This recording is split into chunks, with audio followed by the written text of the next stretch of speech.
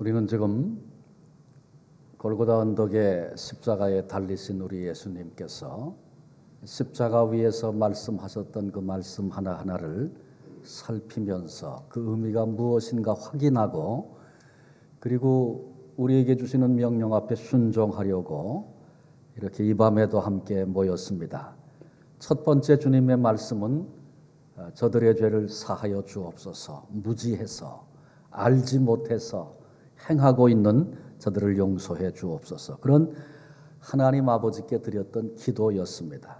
그리고 두 번째 말씀은 어제 우리가 살핀 것처럼 오늘 내가 나와 함께 낙원에 있으리라, 구원에 대한 선포였습니다. 그런가 하면 오늘 이 밤에는 세 번째 우리 주님의 말씀, 보소서 아들이니이다, 보라 내 어머니라. 우리 주님께서 사랑이 담긴 말씀으로 말씀하시는 그 음성을 이 밤에 같이 나누려고 합니다. 십자가 곁에 모친 마리아가 있습니다.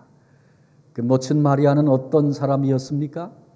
성령께서 천사가 와서 이제 아이를 잉태할 것에 대하여 말씀하실 때 그 일이 무엇을 의미하는 것이며 그것이 사실로 드러날 때 어떤 결과가 될 것인가를 마리아는 다 알았습니다. 처음엔 놀라서 제가 사내를 알지 못하는데 어떻게 아이를 가질 수 있습니까? 그것은 성령으로 말미암아 된 것이다. 이 천사의 얘기 앞에 그 말씀의 의미를 깨닫고, 그리고 기꺼이 돌에 맞아 죽고 수치를 당하고 사랑하는 사람에게 버림을 받고 어떤 결과가 오든지 간에 주의 계집종이오니 주의 뜻대로 되기를 원합니다. 이렇게 순종함으로 받아들였던 그 마리아의 모습을 우리는 기억합니다. 예수님이 공생애를 시작하시고 활동을 하시고 또 기적을 행하시고 병을 고치시고 특별한 일들을 행하실 때마다 그 마리아의 마음속에 그 생각과 마음들이 어떠했겠습니까?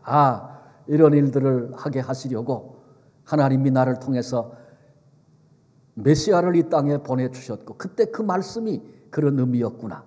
얼마나 그런 사건과 문제들이 마리아의 가슴속에 감동으로 와 닿았겠습니까? 그런데 이제 예수님의 공생의 사역들이 마무리되어지면서 사람들에게 배척을 받고 멸시를 당하고 동족의 미움을 받고 그러더니 지금 마침내 우리 주님이 십자가에 처형되어져서 십자가에 달려 있는 것입니다. 그 십자가 아래 서 있는 마리아의 그 심정, 헤아리기 쉽지 않은 그런 심정입니다.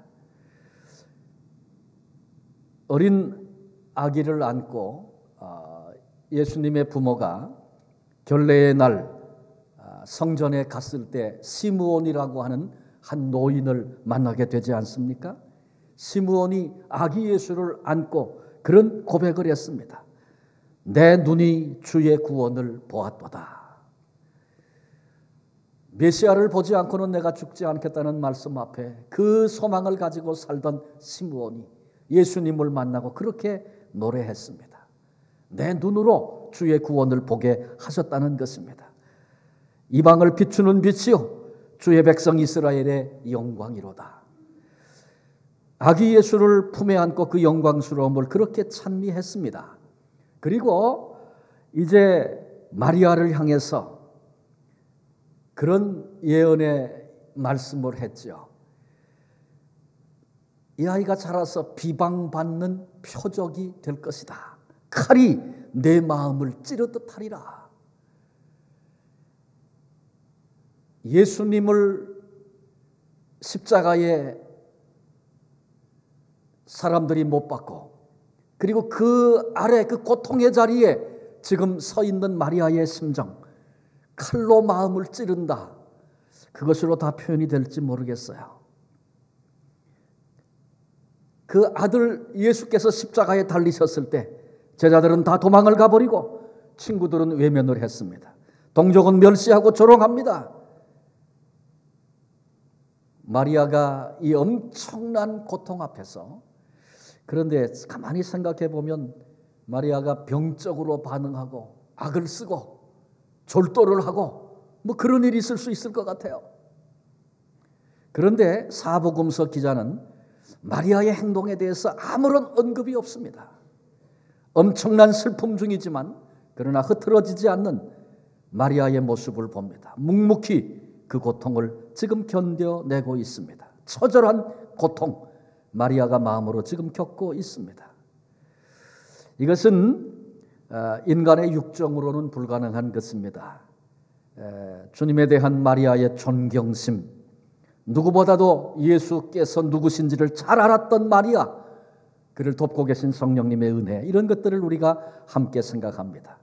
그런데 그때 그 고통 중에 계시던 우리 주님께서 여자여 보소서 아들이니이다, 곁에 있는 요한을 가르치면서 그렇게 주님이 말씀하셨습니다. 우리는 이 십자가상의 주님의 말씀을 기억하면서 마지막 순간 그 고통의 때까지도 책임을 다하시는 예수님의 모습을 보게 됩니다. 십자가는 우리 주님께서 인류의 모든 죄를 책임지시고 대속의 제물로, 자신을 희생의 제물로 드리는 하나님이 주신 사명이었습니다. 이 사명 때문에 말씀이신 주님이 육신을 입고 이 땅에 오신 것입니다. 지금 공적인 사역의 핵심, 가장 중요한 순간입니다. 모든 인류를 구원하기 위한 영적인 책임을 감당하는 그런 중요한 시간입니다. 그런데 그 소중한 시간에 우리 주님은 육신적인 관계에서의 그 책임을 회피하거나 무시하거나 혹은 소홀히 하지 않았습니다. 홀로 된 어머니 요한에게 의탁하십니다. 육신의 어머니, 그 뒷일을 모른 채 하고 나도 지금 고통스러운데 그러지 않으시고 그 책임을 끝까지 감당하셨습니다. 여기서 우리는 가족에 대한 책임이 얼마나 큰 것인가, 우리 주님을 통해서 그것이 얼마나 귀한 것인가를 배우게 됩니다.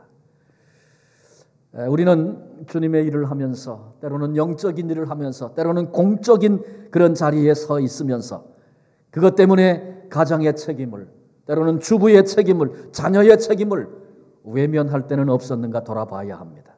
우리 한국 사람들은 더 특별히 그런 면에 좀 그런 게 있는 것 같아요. 그래서 공적인 일을 하면서 그때에는 사적인 걸 다 버려야 된다, 그렇게 생각을 합니다. 의미 있는 일을 한답시고 아내의 책임을, 남편의 책임을, 부모의 책임을, 자녀의 책임을 외면하면서 오히려 그것을 자랑스럽게 생각하는 그런 부분들은 없었는가 돌아다 봐야 합니다. 십자가에서 우리 주님이 보여주신 모범의 원리를 배워야 할 것입니다. 내 부모를 공경하라. 하나님께서 10가지 계명 가운데 사람들을 향한 지켜야 할 것을 말씀하실 때 가장 처음으로 말씀하신 게 내 부모를 공경하라는 말씀이었습니다. 에베소 6장에도 주 안에서 순종하고 공경하라 내 부모를, 그것이 약속 있는 첫 계명이다. 부모 공경에 대한 것을 폐하신 적이 없었습니다. 첫째, 아담. 하나님께서 아담을 창조하실 때 어떤 존재로 창조하셨습니까? 아담을 장년으로 지으셨습니다. 그 얘기는 바꿔 얘기하면 어린 시절이 없었다는 얘기입니다. 어린 시절이 없었다는 얘기는 부모님의 사랑을 받고 또 동시에 부모에게 효도하고 그럴 수 있는 과정과 경험이 없었다는 것입니다. 그런데 이 첫 아담을 통해서 죄가 세상에 들어왔고 사망을 가져왔다는 사실을 우리 모두가 알고 있습니다. 성경이 언급하고 있는 둘째 아담 누굽니까? 예수 그리스도시죠. 그런데 예수님은 어떤 모습으로 오셨어요? 아기 예수로 이 땅에 오셨습니다. 어린 시절 부모를 받들어 섬겼습니다. 효하고 순종했습니다. 순종하여 받드셨더라. 그렇게 성경이 말씀하고 있고 십자가의 마지막 순간에도 어머니에 대한 배려를 놓치지 않고 있는 주님의 모습을 뵀습니다. 그 예수님, 둘째 아담 되시는 예수님을 통해서 대속의 은혜가 임했고 그리고 허물과 죄로 죽었던 이들에게 생명을 가져오는 역사가 있었다는 것 기억해야 할 것입니다. 여기서 우리는 부모를 공경하고 그 울타리 안에 있고 그리고 섬기고 받들어 순종하는 것이 얼마나 귀한 것인가 또다시 생각하게 됩니다. 부모만 중요한 것이 아닙니다. 자녀도 가족도 우리에게 주신 모든 책임이 다 중요하다는 것을 십자가 안에서 우리가 다시 확인하게 됩니다. 나는 부모에게 있어서 어떤 자식인가? 저는 지금 부모님이 안 계시기 때문에 이 질문을 해보면 참 얼마나 죄송하고 얼마나 부끄러운 일들이 많은지 몰라요. 나는 부모에게 어떤 자식이었나. 자녀된 우리는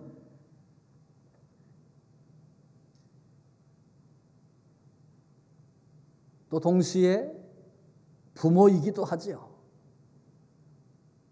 나는 부모로서 어떤 부모인가 내 자식들에게는 또 생각해 봐야 할 것입니다. 아내로서 아내에게 있어서 나는 어떤 남편인가? 남편에게 있어서 나는 어떤 아내인가?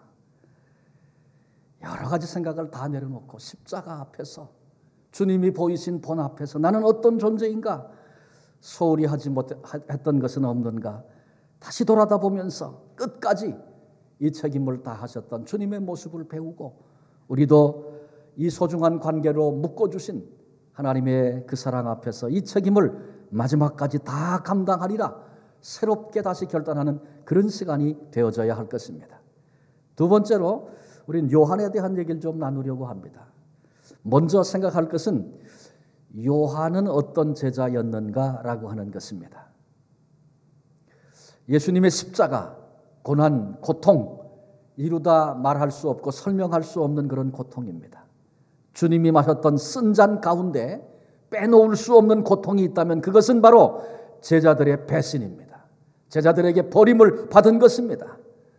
어쩌면 동족의 멸시, 배척, 조롱보다도 제자들의 배신이 주님께는 훨씬 더 가슴 아픈 충격이었을 것입니다. 물론 이건 잠깐이다. 얼마 후에 그들이 회복되고 이렇게 살 것이다. 주님 다 아십니다. 그럼에도 불구하고 제자들의 배신은 주님에게 큰 고통이었습니다. 주님이 그래서 미리 예고하셨습니다. 너희가 뿔뿔이 다 흩어질 것이다. 목자를 치니 양대가 흩어짐과 같이 너희가 나를 오늘 밤 다 버릴 것이다. 죽을지언정 결코 그런 일은 없을 것입니다. 베드로가 나서서 호언장담을 합니다. 모든 제자가 다 이와 같이 말했다. 성경이 증언합니다. 그런데 예수님께서 붙잡히자 제자들은 뿔뿔이 흩어져 도망을 가버렸고 그리고 마지막까지 따라왔던 제자들이 있었죠. 누굽니까? 베드로 그리고 요한이었습니다. 어쩌면 지금은 예수님이 아무런 행동을 하지 않고 끌려가시지만 풍랑을 잔잔하게 하시고 죽은 자를 일으키시고 크고 놀라운 역사를 행하셨던 우리 주님께서 반드시 그냥 맥없이 저렇게 끌려가지 않고 새로운 전환점을 만드실 것이다. 기대를 했는지 모르겠어요. 그런데 점점 상황은 나빠지고 마침내 십자가의 처형 언도를 받고 사람들에게 멸시와 조롱을 당합니다. 베드로와 요한 그들도 더 이상 기대할 것이 없어서 두려움 나온 마음에 다 도망을 가버리고 맙니다. 베드로도 요한도 그리고 모든 제자들이 그리했다는 것을 보고 나니까 여러분 어떠면 우리에게 그런 상황이 주어져도 여기 있는 우리도 온 예루살렘의 사람들이 권력을 가진 자들이 로마 군병들이 예수님을 십자가에 못 박아 죽일 것으로 결정하고 점점 상황이 험악해지는 그 순간에 여기 있는 우리도 주님을 두고 도망갈 수 있는 그런 존재들이라는 거 우리 잊지 말아야 할 것입니다. 요한복음 18장 19절에 보면 그 해의 대제사장 가야바의 장인이었던 대제사장 출신 그를 대제사장이라고 성경이 계속 부릅니다. 안나스에게 예수님이 끌려가서 신문을 당하십니다. 성경이 그렇게 얘기합니다. 대제사장이 예수에게 그의 제자들과 그의 교훈에 대하여 물으니 예수님이 끌려가서 지금 신문을 받으시는데 두 가지를 물었어요. 제자들에 대해서 물었고 가르쳤던 교훈에 대해서 물었습니다. 제자들에 대해 물었다. 뭘 물었겠습니까? 당신 제자가 도대체 몇 명이요? 그들은 지금 어디 있어? 아마 이런 질문 하지 않았을까요? 본래 제자는 12인데 하나는 팔아먹고 그리고 스스로 목숨을 끊었고 11명은 다 어디 있습니까? 다 도망갔습니다. 이렇게 두 가지를 물었는데 예수님께서 제자들에 대해서는 언급하지 않으셨어요.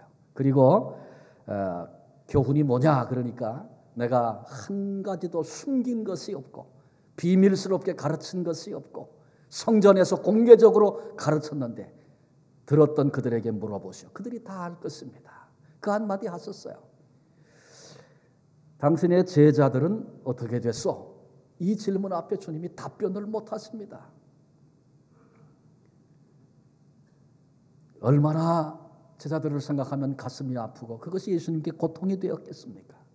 그런데 이제 십자가에 달려 고통을 당하고 생명이 끊어져가는 그 순간에 십자가 곁에 돌아온 제자가 하나 있었습니다.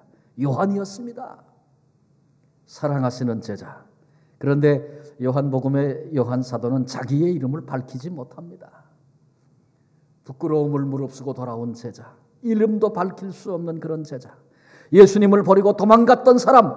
그런데 이제 예수님께서 십자가에서 고통을 겪고 죽음을 향하여 나아가시는 그때에 예수님 곁으로 그가 돌아온 것입니다. 우리는 이 말씀을 보면서 누구든지 어떤 신앙인이라도 다 방황할 수 있다는 사실을 깨닫습니다. 잘 믿다가 낙심할 수 있습니다. 시련의 순간에 부인할 수 있습니다. 시험이 왔을 때 실패하고 얼마든지 넘어질 수 있습니다. 때로는 주님보다 내가 얻는 이익, 내가 누릴 쾌락을 더 귀중하게 더 크게 생각하고 선택했던 부끄러운 순간들이 누구에게든지 있을 수 있습니다. 그런데 중요한 것은 다시 돌아오는 것입니다. 그렇습니다. 다시 돌아오는 그 길은 너무나 소중한 길입니다. 주님을 버리고 도망갔다가 주님이 십자가에 그 고통 속에 지금 죽어가시는데 요한이 돌아왔어요. 그때 주님께서 야 이놈아 이제서 뭐 하려고 왔니? 주님 그러지 않으셨어요. 꾸짖지 않으셨어요. 일생을 강도로 살던 한 강도를 향해서 주님께서 너 너무 늦었다. 주의 나라가 임할 때 나를 기억해 주소서. 그렇게 요청했을 때 주님이 그러지 않으셨어요. 놀라운 사실은 주님을 버리고 도망갔다가 십자가 밑으로 돌아온 제자 요한에게 우리 주님께서 아주 귀중한 사명을 맡기셨다라고 하는 것입니다. 내 어머니 마리아를 내 어머니와 같이 모셔라. 누구에게도 맡길 수 없는 그 일을 요한에게 맡겼습니다. 이건 특권이었습니다. 그 일은 요한에게 주어진 사명이기도 했습니다. 여러분 우리도 방황하던 걸음을 돌이켜 주님께로 돌아오는 자가 되어야 합니다. 여러분 유턴한다는 거 아시죠? 운전하다가 유턴하잖아요.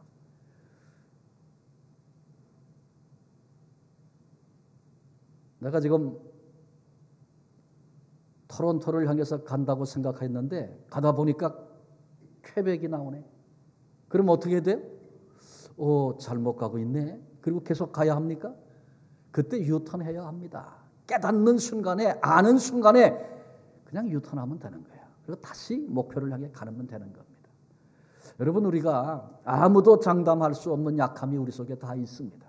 그래서 내 영은 원치 않고 주님도 원치 않으시는데 정말 부끄럽게도 잘못된 자리로 거꾸로 된 자리로 나아갈 때가 우리 모두에게 다 있는 것입니다. 그런데 그것을 깨닫는 순간에 내가 어떻게 돌아가 창피해서 이제 이러는 사람은 참 어리석은 사람입니다. 그냥 깨달아지면 돌아서는 겁니다. 주님을 향해서 십자가를 향해서 이게 지속적으로 우리가 해야 할 일입니다. 그러면 우리 주님께서 왜 그랬냐 책망하고 이제서 오는 건 너 너무 늦었다 생각을 좀 해봐야 되겠다.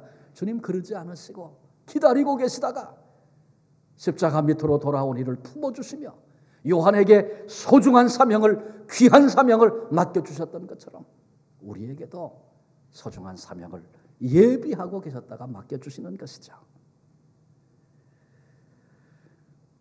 여러분 나도 모르게 방황하는 순간 맞을 수 있습니다. 그때마다 우리는 십자가를 기억하십시다. 십자가 밑으로 돌아왔던 제자 요한을 기억하십시다. 그리고 우리도 즉시 돌이켜 주님께로 나아가는 복된 이들이 되어지시기를 바랍니다.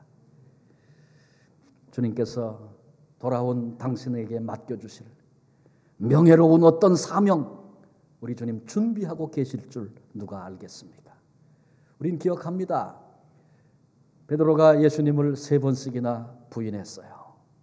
누가 뭐라는 사람 없어도 베드로의 가슴은 무너져 내렸고 나 같은 것이 어떻게 다시 주님 앞에 설 수 있겠나. 이게 베드로의 성품이었어요. 그런데 주님이 베드로를 찾아오셨죠. 그리고는 베드로에게 물으셨어요. 3번을 내가 나를 사랑하느냐. 옛날 같으면 사랑 그러면 저지 누가 있습니까? 이랬을 베드로가 자신이 행했던 일들 알고 있잖아요. 이제는 그런 호언장담하지 못하고 내가 주를 사랑하는 것 주께서 아십니다. 베드로의 고백이었습니다. 그런데 그때 주님께서 베드로에게 내 양을 먹이라, 내 양을 치라 그러셨어요. 처음 제대로 주님이 베드로를 부르실 때 베드로를 부르시면서 사람 낚는 어부가 되게 하겠다 그러셨어요. 그런데 양을 먹이고 양을 치는 것은 사람을 낚는 것보다 더 소중한 일입니다. 우리 주님께서 실패한 베드로, 그러나 주님을 사랑하는 그 자리로 돌아온 베드로에게 더 귀한 사명을 맡기고 계시는 주님을 우리가 성경에서 만나지 않습니까? 돌아오는 것 복된 것입니다. 돌아오는 길 복된 길입니다. 어디로? 십자가로, 그리고 예수 그리스도께로. 언제든지 우리가 이게 아니다 느껴지면 십자가 밑으로 달려가는, 십자가를 향하여 인생의 방향을 바꾸는, 현 주소를 다시 궤도를 수정하는 그런 결단이 날마다 우리에게 있어야 할 것입니다. 그 다음에 요한에게 내 어머니다, 돌아온 요한에게 주님이 그렇게 말씀하셨어요.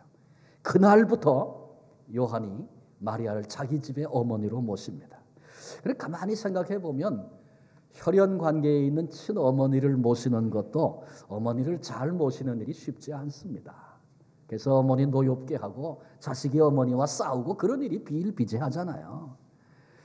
그런데 친어머니를 모시는 것도 쉽지 않은데 예수님 스승의 어머니를 모시는 게 얼마나 어려웠겠어요. 주님이 주신 이 어머니를 모셔라 그렇게 당부해 주신 이 사명은 어쩌면 요한에게 있어서 십자가입니다. 그러나 거꾸로 생각해 보면 이 십자가는 주님이 요한에게 주셨던 사랑의 선물이었습니다. 요한의 별명을 여러분 기억하십니까? 요한의 별명이 뭐죠? 우레의 아들. 왜 그런 별명을 얻었어요? 성격이 불같은 거예요. 천둥 번개 그런 사람이라고 불려졌어요. 한 번은 예수님이 제자들과 함께 사마리아 지역에 갔는데 지나가는데 사마리아 사람들이 나와가지고 유대인들이 우리 마을에 못 돌아온다고 예수님 일행을 내쫓았어요. 그때 요한과 그 형제가 뭐라 그랬는지 알아요? 예수님께 와가지고 주님 저런 놈들 벼락을 쳐서 다 없애버릴까요? 그리고 예수님께 물었어요. 그래서 그때 예수님이 요한을 꾸짖으셨다 그랬어요. 너 지금 정신없는 소리 하는구나. 인자가 살리러 왔지 벼락 쳐가지고 사람들 죽이려고 왔느냐. 아마 그러셨는지 모르겠어요. 그 후로부터 우레의 아들이라는 별명을 얻었어요. 성격이 아주 성깔이 그랬단 말이죠. 여러분 이 성질 이게 예수 믿으면 바뀝니까? 성질이? 예? 어떤 것 같아요? 이 성질이 바뀌는 건 참 어려워요. 그래서 그런 말 있잖아요. 예수 믿어도 성질대로 믿는다. 그런 말도 있잖아요. 사고방식 하나 바뀌는 것도 어려운데 타고난 성품과 성질이 바뀌는 건 대단히 어려운 일입니다. 그런데 보세요. 요한일서 4장 7절에 보니까 사랑하는 자들아 우리가 서로 사랑하자. 이건 누가 한 얘기예요? 요한이 한 얘기예요. 요한 사도가. 말년에 요한 사도의 별명이 바뀌었어요. 뭐로 바뀌었어요? 사랑의 사도로 바뀌었어요. 우레의 아들이 사랑의 사도가 됐어요. 겉으로 입고 다니는 옷이 달라진 게 아니고 그의 내면이, 그의 성품이, 성질이 변화된 겁니다. 타고난 것이 달라졌어요. 어떻게 그런 일이 가능합니까? 그건 오직 하나입니다. 예수님의 어머니 마리아를 자기 집에 어머니로 모시고 살면서 일어난 변화입니다. 마리아를 모시고 사는 게 얼마나 힘들고 불편했겠어요. 요한이 마음대로 자기 성질대로 살 수 있었겠어요? 처음에는 성질이 불쑥불쑥 나왔겠죠. 우레의 아들이 어디 가겠어요? 그런데 성질을 내다가 가만히 보니까 거기 누가 계세요? 예수 그리스도의 어머니 마리아가 거기 계신 거예요. 또 부끄러워서 얼굴을 뜨지 못하고 죄송합니다. 제가 제 성질 이기지 못하고 참 죄송합니다. 그래요. 요한이 마리아를 모시고 마음대로 살지 못했어요. 하고 싶은 대로 하지 못했어요. 혈기 부리지 못하고 자기 속에 있던 야망도 성품도 버려야 했습니다. 이같이 마리아를 요한이 평생 모신 것은 십자가라고 말할 수 있다면 그 십자가가 요한을 이같이 변화시킨 것입니다. 십자가를 진 사람 자기 마음대로 살지 못합니다. 그런데 여러분 그것이 축복입니다. 우리의 문제가 뭐라고 생각하십니까? 내가 내 마음대로 하고 싶은 대로 하지 못하고 오늘을 사는 것, 그것이 여러분 문제라고 생각하십니까? 아닙니다. 그게 문제가 아닙니다. 내가 내 마음대로 하고 싶은 대로 살았던 것, 여러분 그것이 문제입니다. 구레네 시몬 억지로 진 십자가 말씀드렸죠? 십자가 지고 나니까 원한 것 아니었고 로마 병정에게 붙들려서 십자가 억지로 지고 나니까 마음대로 할 수 있는 게 하나도 없었어요. 그런데 내 마음대로 살지 못한 그것이 그에게 은혜가 되고 복이 돼서 두 아들이, 아내가 초대교회 지도자로 온 가족이 귀중히 쓰임받았다는 이야기 우리가 함께 나누지 않았습니까? 그렇습니다. 우리에게 주신 십자가, 그래서 그것 때문에 내 마음대로 살 수 없고 내가 하고 싶은 대로 할 수 없고 그것이 집이 되고 그것이 멍해가 돼서 때로는 내게 고통으로 느껴지는 그 일이 여러분 진정 우리에게 큰 복이 된다는 사실을 알아야 할 것입니다. 요한 사도가 나중에는 사랑해라 사랑해라 사랑 입만 열면 십자가가 어머니를 모신 것이 사명이 그에게 그런 변화와 복을 누리게 했습니다. 자, 말씀 정리하십시다. 예수님께서 십자가 위에서 우리에게 오늘 이 밤에 보여주신 것, 부모와 자식, 가족으로 묶어주신 이들에 대하여 마지막 순간까지 책임을 지었던 주님의 그 모습을 우리 배워야 합니다. 어떠면 우리의 육신의 어머니 아버지가 계실 수도 있고 그 사명일 수도 있고 또 동시에 내게 어머니와 같은 이들이 있을 수 있습니다. 내게 아버지와 같은 이들이 이 땅에 있을 수 있습니다. 혹시 내게 어머니와 같은 분으로 하나님이 묶어주셨는데, 아버지와 같은 분으로 하나님이 묶어주셨는데 대수롭지 않게 여기며 살던 부분들은 내게 없는가 되돌아보아야 합니다.